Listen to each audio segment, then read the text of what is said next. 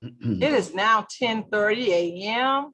I would like to just say good morning to everyone on this live and all of our panelists. My name is Sandra Ellis, and I am the career coach here at Northeastern Technical College. And I would like to welcome each and every one of you to this platform on this morning for mentorship. It is so good to have each and every one of you. I know some of you are from the communities, and I know that you all play a big part in your communities. And I just like to just thank you for accepting our invitation and being a part of this great event as we discuss mentorship and the importance of mentorship and how it has impacted our community and you as well. So if you all would just start off with Mr. Deese, and y'all introduce yourself, give us a little brief history on who you are and what you do. Thank you. Okay, so yes, my name is Derek Deese. I am from Marlboro County, graduate of Marlboro County. Also, I have a bachelor's in human services from Gardner-Webb and a master's in professional counseling from South University. I've been executive director for MantoMan Fatherhood Initiative ever since 2000. So I've been here for a while. I provide support for men now, actually over basically the whole PD region, seemed like it, covering 5 counties: Marlboro, Dillon County, Chesterfield, Darlington County, and Florence. I have a staff of 9, probably hiring 3 more before the year is out. Basically helping men to be better fathers. Also now we're in the schools. So right now, as we speak, we are providing services right now in Hartsville High School. We have for Marlboro High and for Darlington High as well. So we have a Ready for Life grant that's federally funded.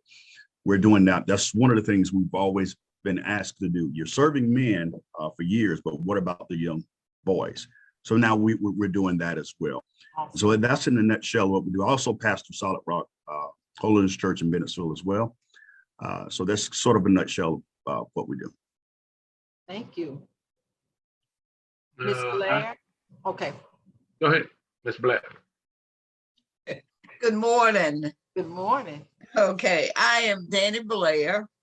I am a graduate of Benedict College, Francis Marion University, and I got my 30+ hours at USC in early childhood.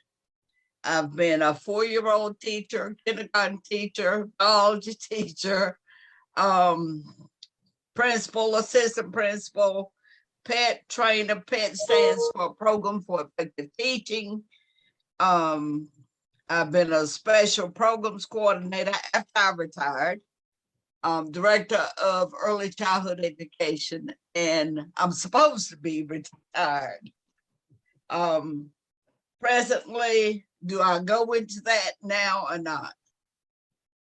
That's good. Thank you so much, Ms. Okay. Blair. Appreciate it. Okay. Thank you. Thank you. Mr. Swinney? I am James N Swinney. I am retired from Clemson University Extension Service, where I was involved with 4-H clubs, in-school 4-H clubs. I eventually moved through the system and retired as a cluster extension director for Chesterfield, Marlboro, and Dillon counties. Since being retired, I was also active in the community, and I am still active in the community. I am on the Chesterfield County School Board, Chesterfield County Rural Water Company, AMI Board, to name a few, church, but I'm just basically a volunteer for the community. So that's my, I guess, claim to volunteer efforts. Still working, been blessed to draw my Social Security check and retirement check. so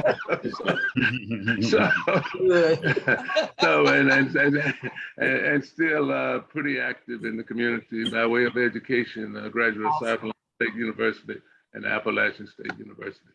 Awesome. Ms. Miller? Good morning. Good morning. Ms. Miller, you're on mute, Ms. Miller. Mute. Sorry, I just unmuted myself and muted myself back. But good morning. Thank you guys for having me. My name is Jamie Miller, and I am a resident of Chesterfield County, Pageland to be exact, born and raised. I am a graduate of Johnson C. Smith University with a BS in marketing. And I'm currently in the year of 10. So 10 years entrepreneurship and 10 years of service for my organization, which is Project First. And here we focus on education and empowerment. And our mission is to impact today and empower forever. So for the lives that we impact today, they will then empower the lives for our future.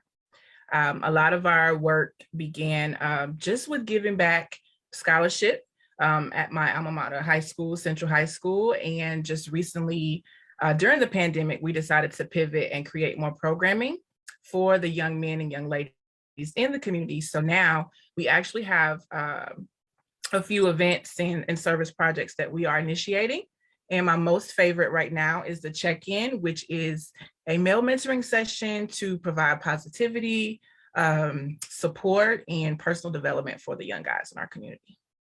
Thank you, Ms. Miller. You're welcome. Mr. Rivers? Yes, ma'am. Thank you for having me on this panel today. I am Dennis Rivers, and I am a 2006 graduate of NETC. I do have some biblical studies from an extension course of Morris College. I am the owner of 3 Dimensions Lawn Care since 2006, where we provide tree service, landscaping service, and land clearing services. I am also a founding pastor of the Atmosphere Church of Chesterfield, South Carolina since 2014. And so that's just the gist of who I am. Thank you, Mr. Rivers. Mr. Elmore? Hello, everybody. My name is Michael Elmore. I'm manager of Ellen Port Dillon. I live in Georgetown County. Do a little bit of volunteering with the local fire department in my community. Sunday school teacher, and have been mentoring small groups of young boys in my community. And I'm here to help wherever I can. Thanks. Thank you so much. So we fixing to get started with our discussion about mentorship. Why is mentoring important? Why is it important? Well, for me, and I'll start if you don't mind. Thank you. Mentoring to me is the key to ensuring that the future has a talent that I know that can reach out to others.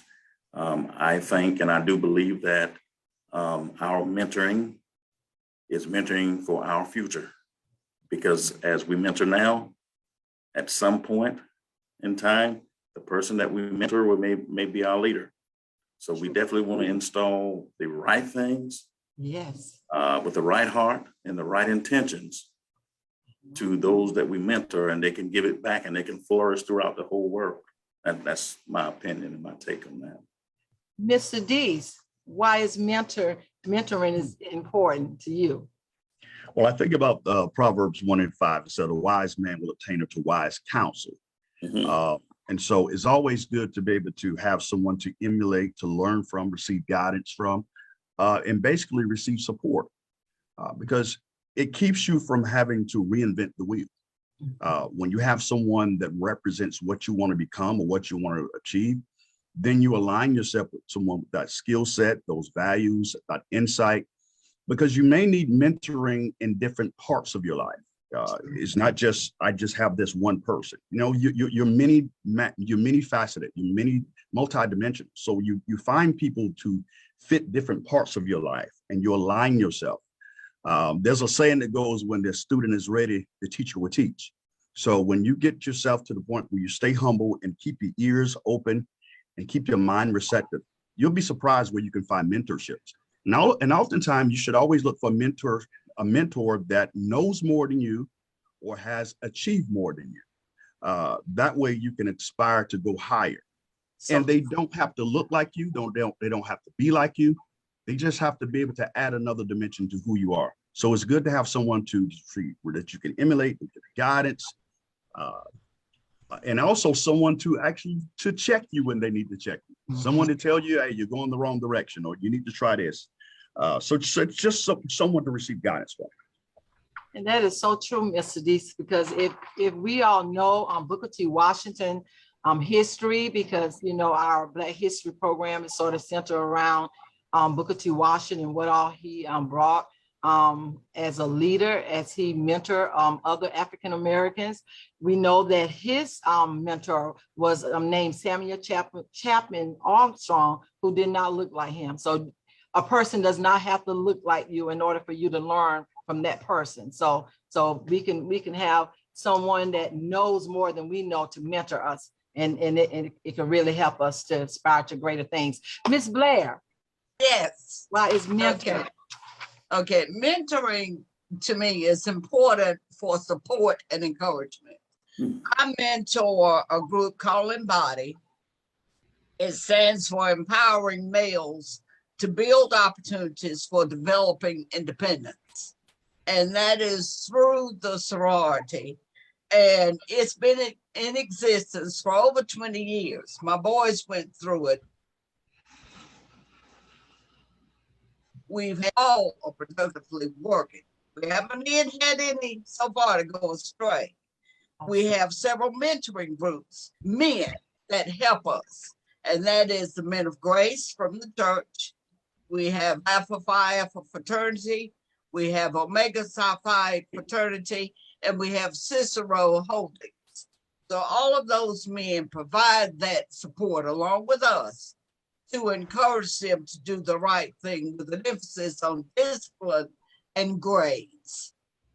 And I know that we have Ms. Miller and yourself who are Deltas, a part of the sororities. And I do know for a fact that in our communities that those sororities has played a big role in mentoring young ladies as well.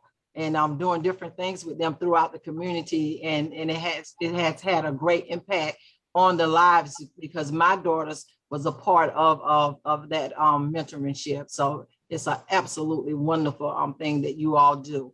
Mr. Swinney.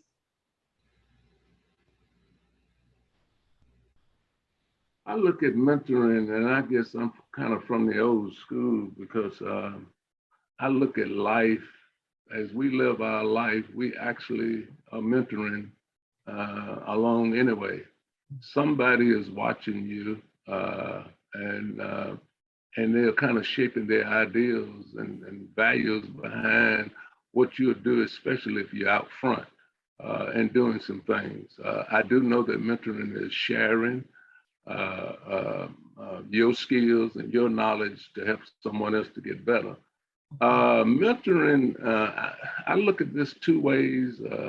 Some folks are called for mentoring. Ms. Miller, Mr. Deese here, they have a career in mentoring. Mm-hmm. Some of us, by our occupation, is kind of thrust into the area, because you get folks that come to you, and then you develop and go from there. And I guess I would be in the latter one, because I've had folks to come to me, and then I would share my information, share my knowledge. I think it's two things that we have to realize as in mentoring. One is that you have to be real, because whoever you are mentoring can see through you if you're not real. True. The other thing is that you got to have a good listening ear. So mentoring is a combination of all of those things, but being real and being able to listen, and then after listening, getting to know who you are mentoring, then sharing your information. Okay, Ms. Miller. For me, it's definitely about guidance and support. I am so honored that so many young women look up to me or request mentorship, but my journey started with running from it, and then finally saying, okay, I'm not going to run anymore, and I'm going to finally answer the call. So I do believe you are called for mentorship. And as Mr. Swinney mentioned, it is something that you have to be real about. and honest. And I'm still on the search and a journey actually for a mentor. But what I've realized along the way that it's allowed me to understand more of who I am, who my purpose is, or what my purpose is in this world, and that hopefully I can be a reflection for others along the way. Awesome. And now we have Mr. Rivers. Yes. You want to bring up the rear? I had the opportunity of having a mentor, Dr. E.B. Burroughs, or the late Dr. E.B. Burroughs.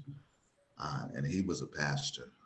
Not only was he a pastor, but he was the professor that taught us from the Marsh Extension College. But as a young guy, as a young preacher coming along, he was my source of knowledge. He was my source that helped me set goals. He was the guy that held me to accountability at a young age, pastoring at a young age, married. He held me to a certain accountability. But one thing that I say after watching him is that in order to be a great mentor, you have to be trusted.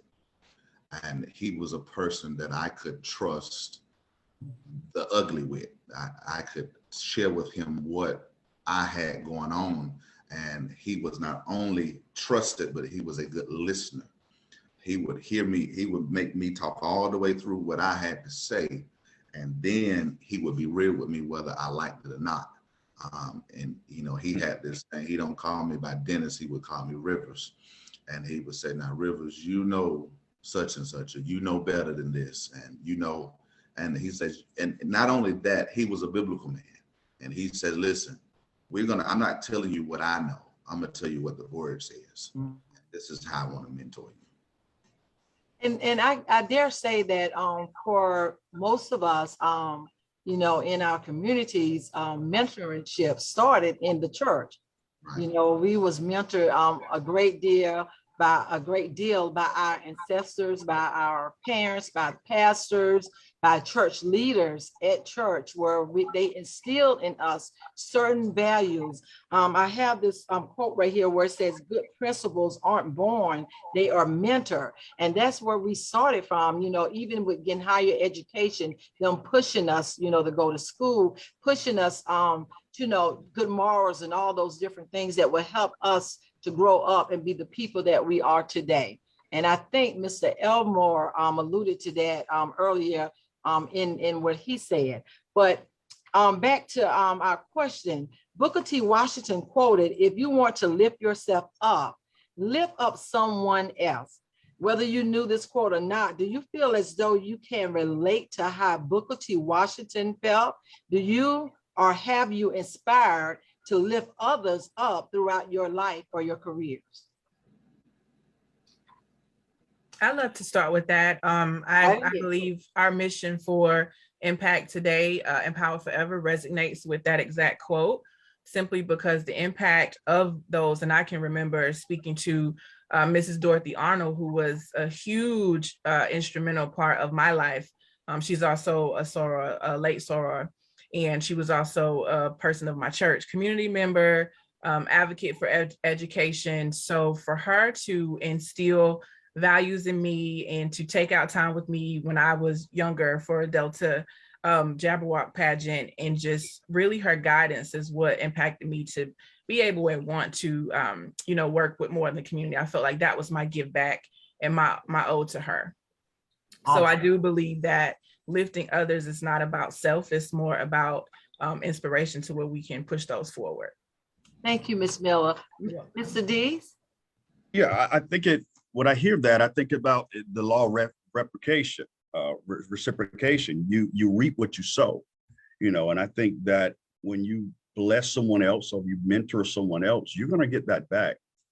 It's almost like a seed sown, you know, whatever seed, you can only harvest what you sow. So when you sow mentorship in the life of someone else, you're going to get that back. Sometimes it may be financial, sometimes it may be a good deed. So I think it's very important to push it forward, you know, by mentoring someone else.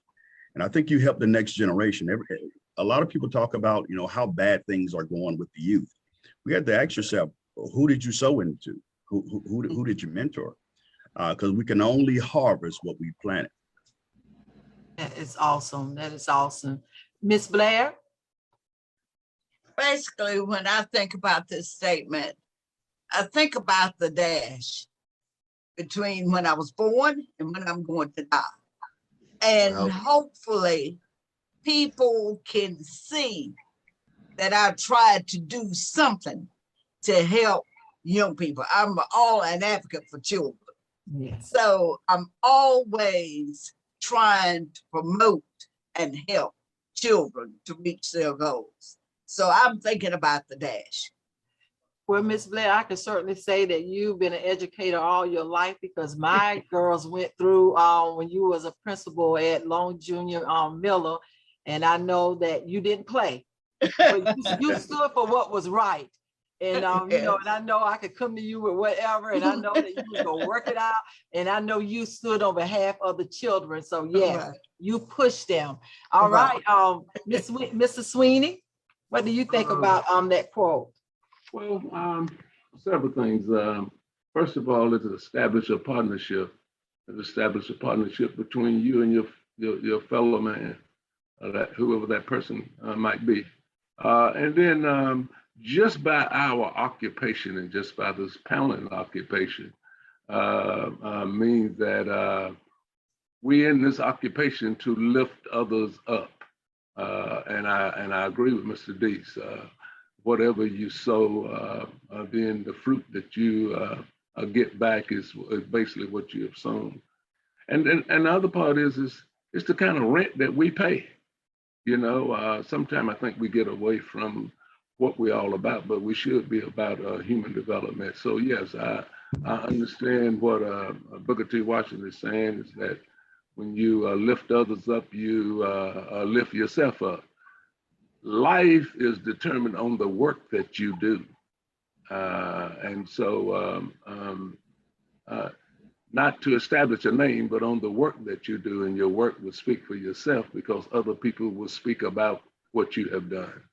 For instance, you just gave Miss Blair credit for taking care of your kids and what have you. That's the work that she have done. And so, yes, that's it's a partnership. And as we make this partnership, we impact other lives. Well, Mr. Sweeney, I can certainly say too that Miss Sweeney played a great part in my children's life as well, mentoring them in the math class. And when my baby daughter went to college, I remember her saying, "Mama, I could have never made it if I had not had Miss Sweeney as a math teacher. You know, she would have to go there in the mornings and then go in the afternoon." And she played a big part in my daughter being successful today as a RN in Greenville, South Carolina. Yeah. So, you know, what you all do, it does not go unnoticed. Mr. Rivers. Yes, ma'am. When I hear the term lift someone else up, I'm reminded of edifying or edification, to build up. And I believe that I have been called, and it is my gift to be a builder. We all know that Christ himself personally was a carpenter, and Christ would come to the broken and rebuild, restore, lift up.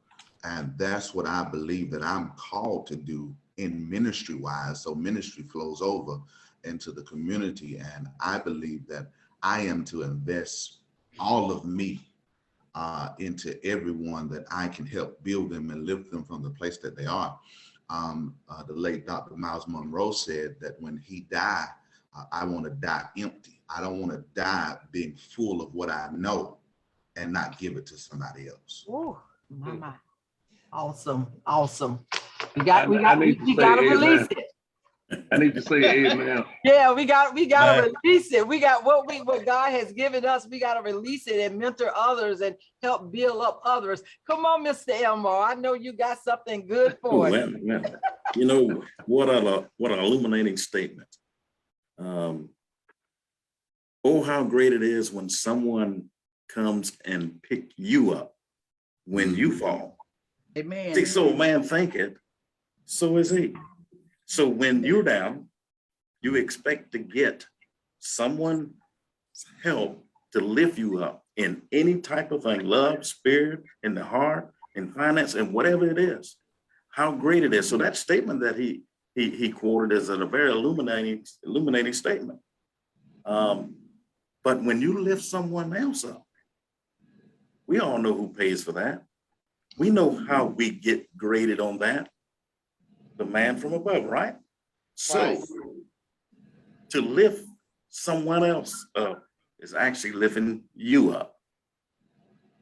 All right. Thank you, Mr. Elmore. I just want to, this is not a question, but I just want to read something what Booker T said. He said, when I was a boy, I used to like to fight. I used to like to get a boy down in a ditch and hold him there.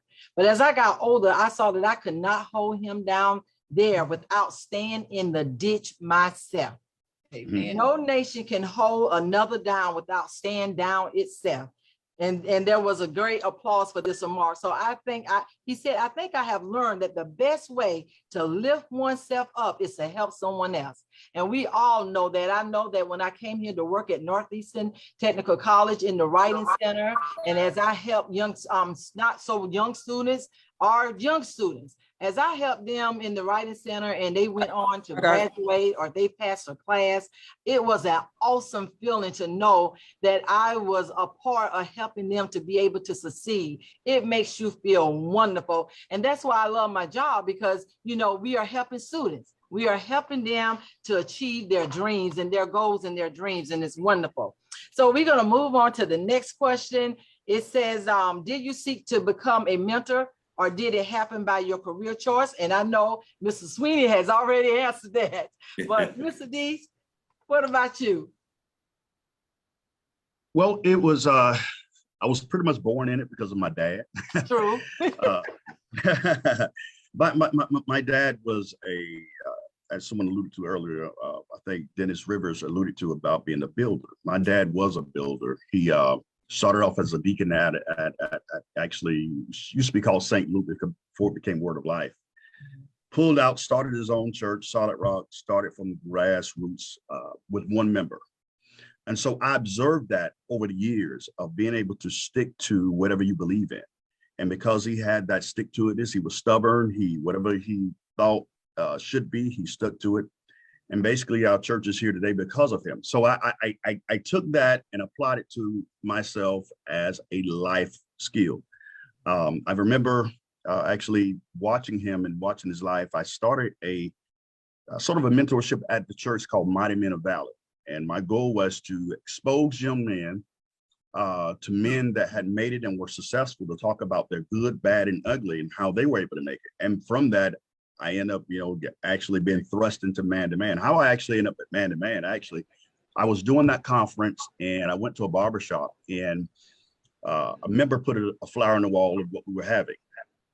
Charles Malloy walks in the barbershop and says, I was just talking to your dad and I was trying to find, we just got this funding for this man-to-man fatherhood, and we need somebody to run it. We have a director, but it's not going anywhere.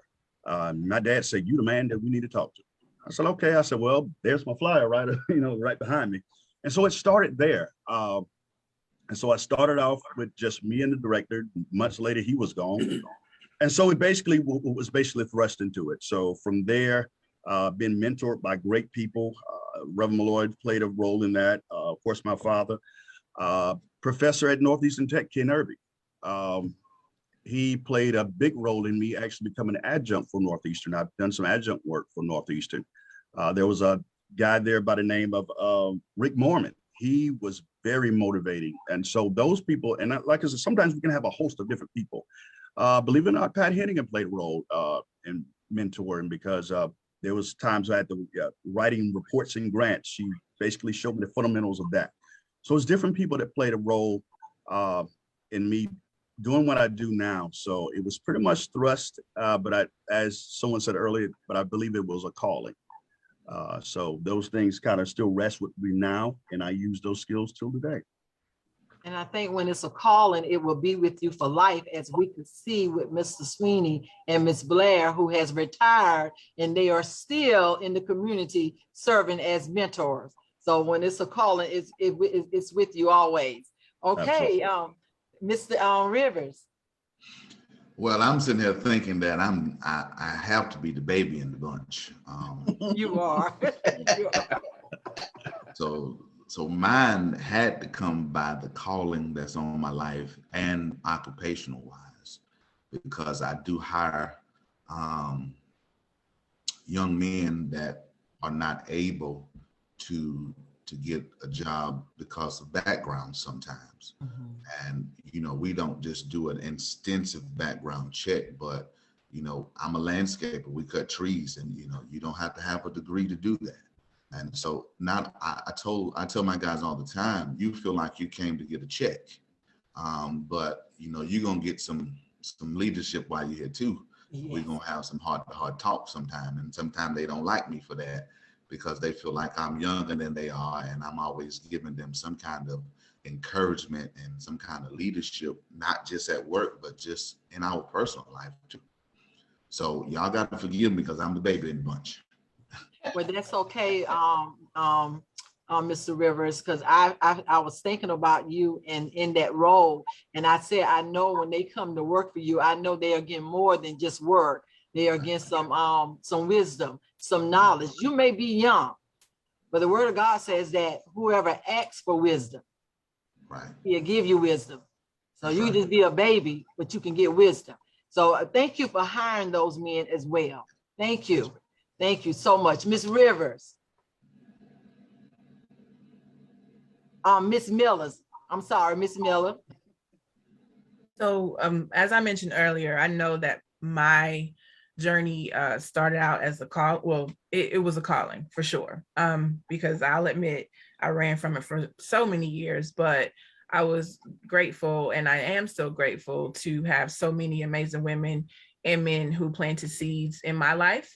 So growing up, I was able to watch them and see, you know, how much they were devoted to community, giving back, service, always wanted to speak words of encouragement. And then I realized that finding my voice finally was something that would be impactful to others around me. And as I started to receive more invitations to speak or to just, you know, be a part of certain projects, I realized that, okay, this is something that I can continue doing.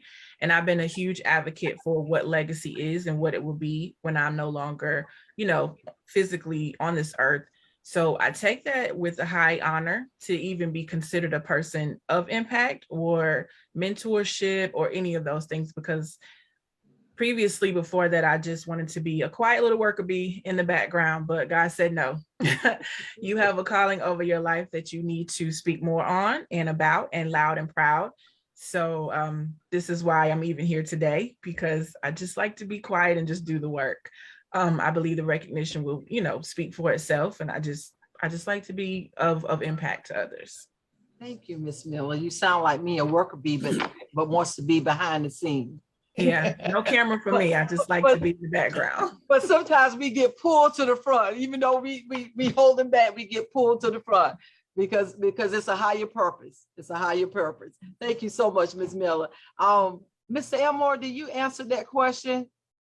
Don't know whether I did or not, but I didn't seek to become a mentor, nor by a career choice. Sometimes I just look at life. You are who you are. You do what you do. So if you look back at your life and you look at the things that you've been doing, the things that you continue doing, then I came to grips that it was predestined for me to mentor. So I didn't seek it, nor did I fall in it within a career. It's just something that I enjoy doing. It became a part of me. And I love doing it. And I love seeing someone take my knowledge and pass it on, and praying and hoping every day that the knowledge I give is righteous. It's righteous. And that's just my take on the mentorship. And also when you give them that knowledge, the knowledge is to empower them. And you know, and as they are empowered, then they can pass that on. And so that is just awesome. Miss Blair? Okay, basically with me, it probably started when I taught kindergarten and 4-year-olds, noticing boys. Boys are different. Yes. And I don't have anything against girls. I Those are had different 2 sons, but I'm telling you, boys are different and they are misunderstood. And they don't actually really come into knowing until after 25, because that frontal lobe is not developed and people don't realize it. But I've got a passion for boys. I just do. So for me, it started early on watching boys, having sons of my own who went through the program as well. And I just find joy in helping boys because they are so misunderstood. I had a single gender class at law. And I want to try to help people to understand that they're all right. Boys are all right, but they're just misunderstood. That's why so many of them have problems and they make mistakes and they go down the wrong path. I'm passionate. Well, thank you for your passion. Thank you for your passion that touches our young sons and our young men. We thank you for that passion. Miss Ellis, Yes, sir. let me make a statement here in reference to that question. And I said that it came to me by my career choice. When I first came to Chesterfield County, I volunteered to coach a Little League baseball team that they just had started in Chesterfield. And I had organized a men's baseball and a women's softball team. And I kind of looked at myself as a role model because you kind of taught that in school. When you get out, you're a role model, and certain things that you do can impact folks' life because they're watching. I think where mentoring came into my being, into my life, was that I actually had a mother that came by my office with her son. And I was laughing when Miss Blair was talking about boys. She actually brought her son by my office and told me, says, listen, I'm not going to lose this child. And this child was in a family of about 12 or 13, and he was probably number 9. And she said, I'm not going to lose this child in the school system. And so you can get to him because he trusts you. And she asked me to mentor him. And I set up a schedule for this fellow, Monday, Wednesday, and Fridays, to come by my office for an hour each day. And I'm gonna tell you, it took me 2 weeks before I could really get to this guy to talk to him. And I won't call his name, but eventually he started unloading. And when he unloaded, it took me another 2 weeks to listen to him because of all of the load that he had inside of him about life, about family, about school, about hypocrisy, how folks are claiming their kid and what have you. And it took a while for him to unload that, but I wanted him to unload it. And then I saw my role as to how to get this energy from going negative and heading it towards the right path. What I did learn from that, and especially as a school board member, you need to listen to kids in school. And that helps me stay relevant to information that's coming out. Fortunate for him, he was able to go to college. First one in his family to receive a doctorate degree. But I'm gonna tell you the impact. The impact is that the last 3 or 4 kids that came along saw that he was doing well, said that they could do well too. And when they saw this young man doing well, all 5 of them went to school, but it was 3 out of 5 that was behind him that finished school, that finished high school and went on to college and finished college. That's what I mean. So whenever you're impacting, and it came to me later in life, but that gave me a true wake-up call, saying, well, God, man, they are. So, and then I began to realize the impact that you can have on their lives. That's why I say it came to me louder, because I was doing a role model and I was just being a volunteer in the community and doing my thing, but never thought that a parent would bring a child to me and say, you got to do something and help me with this child. And that's where it took off. I just wanted to share that story. Well, that was a wonderful story to share, and we are so glad that you took the time to pour into that child. And this brings me, because Mr. Swinney, you are always ahead of the game, because it says that what does mentorship does for the self-esteem or the self-efficacy of the student. So, you are already ahead of the game. So I'm going to go to Mr. Deese with that. Okay, so I think when you show someone that you believe in them, it helps them believe in themselves. And I think that's what happens. You really give them hope. You help them to see themselves in a different light. Every great person that we regard as great, whether in sports, whether in entertainment, even in Christendom, they had someone else to believe in them more than they believed in themselves. So I think sometimes that helps your self-esteem, because oftentimes we have doubts, we have insecurities, we don't see ourselves, where we're trying to go. But when someone comes into your life and say, you know what, I see this on you. I see you can become this, you can become this. It makes you start looking at yourself like, wow. I remember even in scripture when God looked at Gideon, who considered himself the least, and said, thou mighty man of valor. He looked at himself, me, I'm a mighty man of valor, and used him to do great things. It was David that was considered the least of his brothers, that Samuel came into Jesse's house and said, surely the Lord's anointed is among you. But they weren't the person. He said, do you have anybody else? He said, yeah, I got one. He's in the shepherd. Wouldn't even call his name. But when he walked in the door, the prophet confirmed him. And so he became a boy on a field to a boy sitting on the throne. So sometimes we have to have someone to confirm us, someone to validate us, and it builds our self-esteem. And it doesn't have to be everyone, just have to be the right one.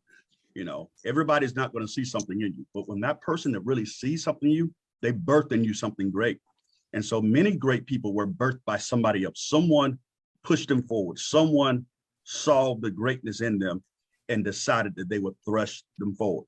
So it builds self-esteem. You have someone that's speaking positive in your life, someone that's speaking life in you. I think about the scripture in Proverbs also says that evil communication corrupt good manners. So sometimes you have to separate yourself from people that are going to speak death on you or say that you can't do it or you can't, this and that. Surround yourself with people who see something in you more than you see yourself. And it boosts self-esteem. It gives you a sense of self-awareness, and it calls you to measure your own possibilities that you didn't see about yourself. All it takes is that one person say, you know what, you're going to be a great man. Me? Yeah, me? Yes, you. Wow. And once they believe and discover you, you start discovering yourself. So true. Miss Blair. Okay, when I think about self-esteem and mentoring, I think about building relationships. And to me, that is key in mentoring. Building a relationship so they feel that you care. They know that they can come to you and talk with you, good or bad. And like you say, I don't pull any punches. I am what I am. And they know. But still yet, they believe, and I believe in them. Okay. Mr. Rivers. From this standpoint, mentoring helps the student have a self-awareness of who they are. What it gave me was a self-affirmation, and it helped me believe in who I am, that I didn't need to be affirmed by anything else. My mentor helped me see who I am. So let me say from this aspect that mentoring helps someone affirm who they are, not what they do. It helps them affirm who they can become and who they were ordained to be. All right, thank you. I remember when I started at school at Northeastern and had been out of school for many, many years. I'm not going to even say how many years, but as I started back to school and I became a part of the support student support services. And like I said, they just believed in me. They pushed me when I thought I couldn't do it anymore. They like, yes, you can. And they made sure all the resources was there for me. So it made me feel so good that every accomplishment that I overcame, you know, when I did something good, I got a good grade, and they, you know, we celebrated, and it does so much for the student. It helps the student when you got someone mentoring them, and it helps them to be, you know, actually believe that they have the ability to accomplish whatever they need to accomplish to get to where they need to go. So it's just wonderful. Okay, Ms. Miller, what does mentorship do for the self-esteem and self-efficacy of the student?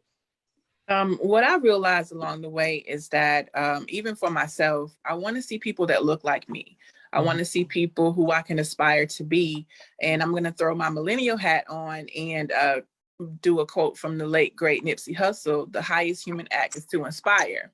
So for that reason alone, even with the male mentoring sessions that we currently do here in Pageland, I realized that a lot of these kids just have such a huge imagination and hope for wanting to see better or do better. But we have to work with more community members to allow them to be who they are, help them to find their identity, and then grow into that. Along the way, if you take the time to plant the seeds, you nurture, you water, then that way that can be, you know, so huge in their self-esteem and their self-efficiency. I know for me, I've always been an advocate for dreaming, a huge dreamer, and you know, an imagination. My mother is in the school system, so you know, she was a huge integral part to that growing up. And my father as well, who he's deceased now. But I realized that as long as we can continue to build and allow our kids to be confident in who they are, then they won't have issues with self-identity growing up. Because too many times, and I'll speak from that place, some people, their perspective is projected instead of acceptance of who you are and for who you will become later. Thank you, Ms. Miller. Mr. Elmore.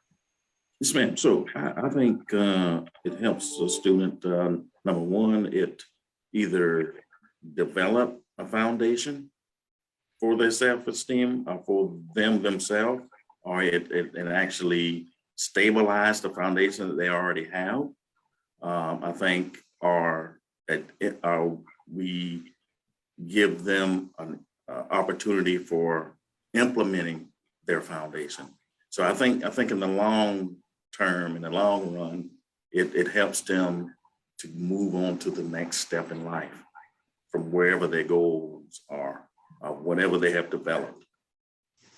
I think that's true. I think it gives them the ability to hold fast to what they need to do, to, you know, stay in the race, not to give up, not to lose hope. You know, if we mentor, you know, our children, you know, we mentor, you know, even when students are in school, and if the teachers or the instructor, you know, take time out to, you know, speak affirmations, words of affirmation, tell them that they can do it. I do believe that helped them to go on and move throughout school, which is really, really good. So this takes us to our next question. How does mentorship increase student graduation rates? How does mentorship increase student graduation rates? Okay, Miss Blair. Yes. How does mentorship increase student graduation rates? I think expectation. I think if you create an expectation that you expect a student to do well, they will. I think that so many times, especially with our boys, we have low expectations. And I think that we've got to increase expectation that they will do well, not that they'll be just like the others on the side. True. And that means telling them that they can do Exactly. well. I believe Exactly. that you can do well. I know you can do it. Okay, Mr. Swinney. I concur with Ms. Blair. Everybody has a gift. It's just that we have to sometimes help them unlock that natural talent of theirs so that they can move forward. And kind of pigtail on what you just said. Low expectation results in low results. High expectation results are better than low results. So expectation is a key. The other key is making sure that as we mentoring all along. Somebody said earlier, in words of encouragement, words of you can do it, word of helping, wherever that might be. If you can't do the work, then if you know somebody else who can help them out, recommend or either help that child, that person that you're trying to tutor. And I'm dealing with young folks now because mentoring can happen in all ages. But yes, expectation, lifting that expectation and unleashing and unlocking that natural gift that they have in them. Everybody has a gift. You just have to find it. And mentoring help find that gift. Mr. Deese, how does it help? How does it help the student graduation rates? Well, I think if a student believes in themselves and can see the end from the beginning, it really helps them go forward. Sometimes you have to paint a picture for them. Like, if you complete this course, these are the possibilities that you can get to. And I think that's very important. One of the things I was talking to, I think the director, what is his name? Dr. He's the guy that's overtake. Doctor, I forgot his name. Dr. Wagner? Dr. Wagner. Yeah. President. Yeah, we were talking one day, and he was giving me a tour of the campus and was telling me his plans, because we were working on a video to show how the work with Northeastern works with MantoMan and talking about those possibilities. And I asked him, I said, what is your drive? How did you get to where you are? And he began to talk about coming from a small community and basically, and it led down to mentorship, someone believing in him and him believing in himself. So I think it helps graduation rates. We get kids to see the bigger picture.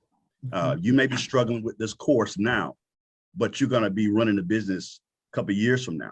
So basically helping them see the bigger picture, helping them imagine and reimagining what life can be about, but also joining them in their struggle. Let them know, hey, I struggled with math. I struggled with science. But this is what I did. Oh, you struggled too? Yeah, you did. Yes. Letting them see your low points and showing them how you climbed up from those places. So aligning yourself with those if they're struggling in a course, and help pushing them. That helps graduation rate. Let them know that we're not just going to leave you out there to sink, but we're going to help you swim. We're going to help you go forward. So I think just mentorship will help them realize they're not in it alone. Someone believes in them and someone believes in their destiny.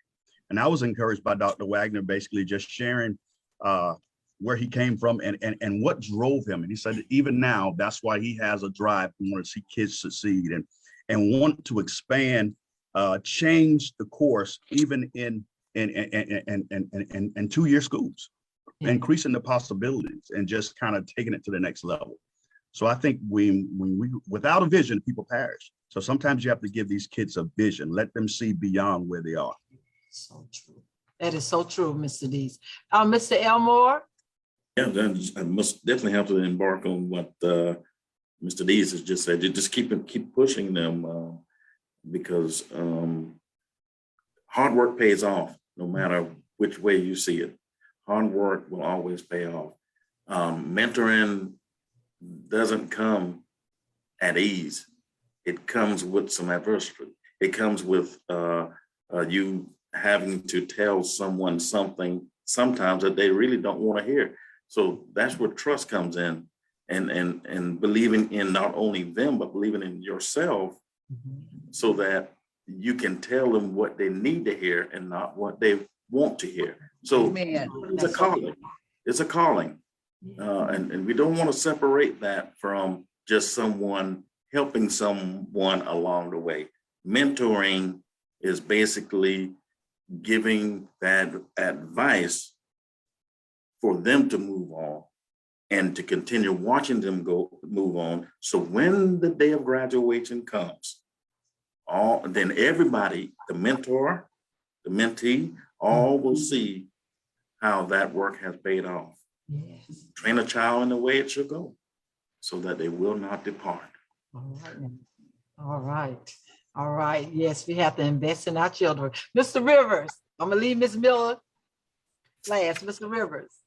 You know, it's kind of hard to come behind him because the way he said it kind of makes you want to get in a preaching tone a little bit. So I'm gonna keep it. I'm gonna try to be good and say that if we go back to the statement that Booker T said about holding someone down in a ditch and you in the ditch too.